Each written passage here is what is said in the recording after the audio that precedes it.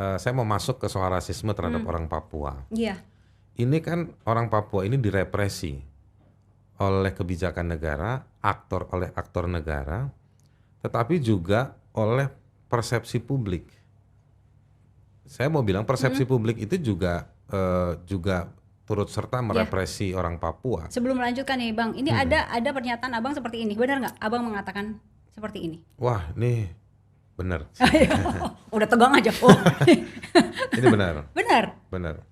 Pemerintah yang gagal atau masyarakat Indonesia secara keseluruhan? Ini waktu saya diwawancara konteksnya saya mau bilang pemerintah gagal jaga kehormatan karena pemerintah punya kewajiban melindungi setiap warga negara. Ya. Ya kan Indonesia selalu bilang Papua itu Indonesia, nggak boleh merdeka. Kalau gitu buktikan dong.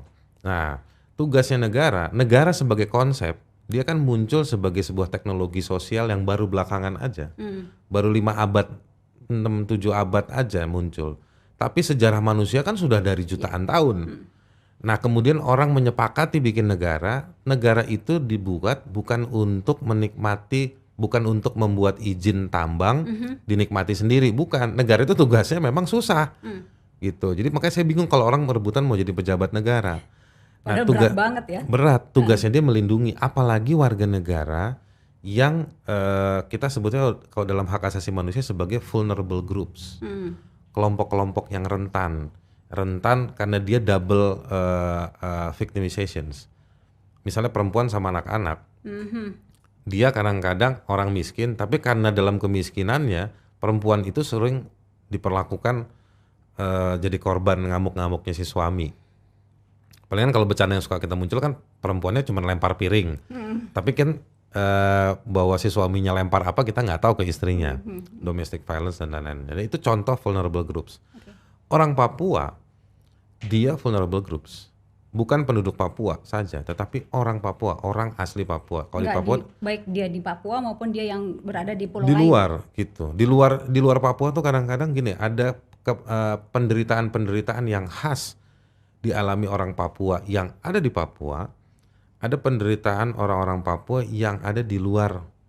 Yang di luar apa penderitaan yang dialami oleh orang-orang Papua misalnya? Diliatin, wih suka begitu, begitu kan? Saya pernah ke satu mall yang sangat besar di daerah Kelapa Gading, ya kan? Orang asmat ditaruh di tengah, suruh lagi mahat, kayak pajangan dengan pakaiannya gitu. Dia dibayar pasti kan dia?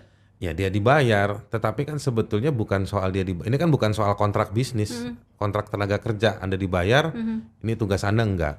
Ini kan bukan badut.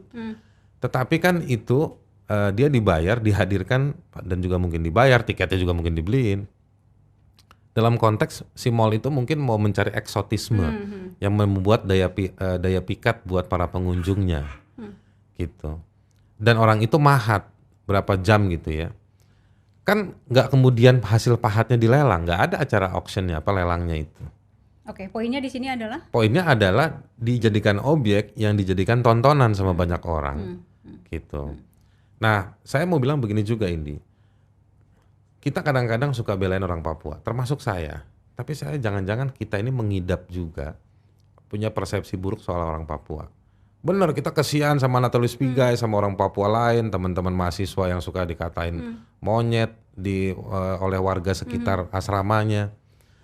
Kita mungkin khawatir sama, kita bilang terbuka, orang Papua, kami menolak rasisme terhadap orang Papua. Tapi ketika orang Papua diperlakukan tidak layak sebagai manusia, tanahnya diambil, hanya gara-gara dengar suara. Saya punya catatan kasus ada pendeta muda di Papua lagi di kampung sebelah dengar bunyi tembakan, dia khawatir dengan keluarganya, dia lari tanpa ada prosedur yang tepat, dia malah dibunuh dan kita semua diam. Dan sekian orang meninggal juga yang angka kekerasan di Papua cukup tinggi, bahkan angka kekerasan terhadap TNI dan Polri juga tinggi. Tapi kita semua diam karena kita menganggap ya itu Papua, memang wajar. Kenapa ya ada? Nah itu adalah stigma buruk kita di kepala kita. Lalu kita bilang udah kalau Papua nggak usah diomongin, memang begitu. Saya pernah ngobrol sama teman satu yang dia bilang saya nggak ngerti ini yang mau dibilang. Jadi dia mengistilahkan dengan satu frase yang menganggap nih ini hewan semua.